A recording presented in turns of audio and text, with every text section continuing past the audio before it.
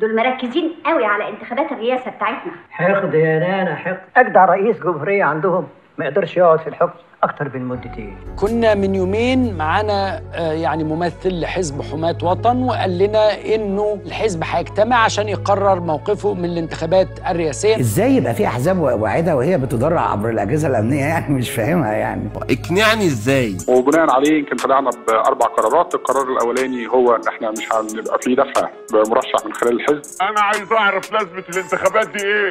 بصراحه كده احنا عايزين الرئيس اللي نعرفه احسن من اللي ما نعرفوش. القرار الثاني هو دعوه الرئيس عبد الفتاح السيسي يمكن باعلان ترشحه بطريقه رسمي. واللي يجرب مرات ابوه يعرف قيمه امه. انا انتخبت الرئيس ل4 سنين، فوجئت ان الرئيس بيقعد 6 وهيقعد الدستور بيقول دورتين، ففوجئت ان التعديلات الدستوريه بتديله بقى 3. لا قبل ما العمليه ما تتهز خالص عايزين ايه؟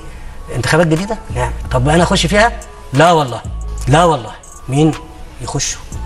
ومش هتسمعوا عني تاني بعد كده. وأقول لكم بالصراحة والشفافية التي تعودنا عليها، راجين أن تسمحوا لي وتتقبلوا ترشحي لمنصب رئيس الجمهورية. سقفوا له الألماني، اطلع بره يا ابني. وهنا اللعب كله على قصر ذاكرة الناس، ويعني ما فعله وتضحيته بنفسه باتخاذ القرار تجاه الانحياز للشعب، وأملهم في حل سريع، وأملهم في البطل المنقذ المخلص. انتوا الأيقونة بتاعتنا، انت البطل. جميل. هو البطل خلاص بقى ولا ايه؟ هو البطل خلاص ولا ايه؟ فايه ده؟ احنا صدقنا موضوع ان حفر قناة السويس والتفريعة هيبقى هو ده الحل وهيبقى هو ده الخلاص. ما ممكن المرة دي، ليه لا؟ والنبي على الصعيدي واللي عايز يجي اللي جابني هنا. ما جايز الراجل يكون ندم. ليه يا اخي؟ ليه عايزين تقفلوا باب الرحمة كده قدامنا؟ وفي ناس كتير يقولوا يعني انت سبب الرحمة اللي عندك، وهم بيقولوا حاجة تانية، مش بيقولوا رحمة بس، بيقولوا الحنية يعني. يا كبير ايه النظام؟ نظام ايه؟ النظام في العظام. ودموع الندم وبتاع، ممكن يطلع يرزع دمعتين على عياطتين على نحنحتين.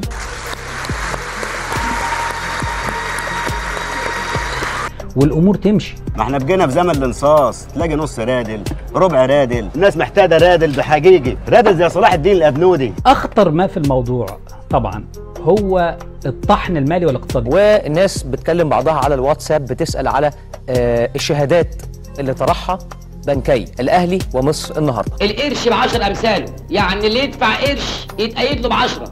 عظيم. ده بعد كام سنه؟ بعد ما يموت. اللي طرحوا حزمه شهادات ادخار جديده بالدولار الامريكي. على راي المثل، ان جالك الطوفان في دوامه اعمل من الجنيه عوامه. وهيبدا العمل بالشهادات دي بدايه من الغد. الو، ناس عندها فلوس في البيوت، انتوا متاكدين من الحكايه دي انه في اموال مليارات بره القطاع المصرفي؟ بدون شك يعني، لان في مرحله من المراحل نعم. الو يا حاج اسماعيل، علي صوتك يا حاج. يحيى بيه. الو، شبكه معلش، شبكه، نرجع للشبكه. يا دي الشبكه. خير، الخط اتقطع. معقول يا جماعه؟ تليفونات يعني مكالمه. طيب انتوا مش هتخسروا حاجه لما تزودونا 20. مكالمه. ده الناس بتدفع قد كده للشبكات الاتصالات يعني. لو حكموني هخلي اللي بيتكلم في التليفون يدفع واللي بيسمعه يدفع في مصر. الناس ماشيه عامله كده. يبقى طب ظبطوا الدنيا يعني. سيبك من انه فكره هو الراجل ليه بيمهد لده؟ ما هو بدأ يقول كلام من نوعية انه لا، عندما يكون تأثير سعر الصرف على حياة المصريين وممكن يضيعهم، لا. والنعرة اللي هي بتاعته ومش هنسمح بده ومش هنعوم الجنيه. احنا نقعدش في مكاننا. لا ما نقدرش. طب ما انت عومته يا عم وفشخت البلد. دلوقتي خلاص نزلت عليك الحكمة والوطنية والناس والكذا. لا، هو ده حتى حين. بتكلمني على ان انا المسؤول عنه بس. لا، احنا المسؤولين عنه كلنا. الساحل. لكن لو الحكاية انه بس انا بمنح شرعية بالانتخابات، لا، لجان خاوية على عروشها تماما، ابرك والف مرة ليه ان الحكاية بعد كده تتقال لا احنا مش موافقين على ده واحنا ما اديناش شرعية. فاهم؟ فاهم؟ بقول لك 5 بالحب. والحسد مذكور في القرآن.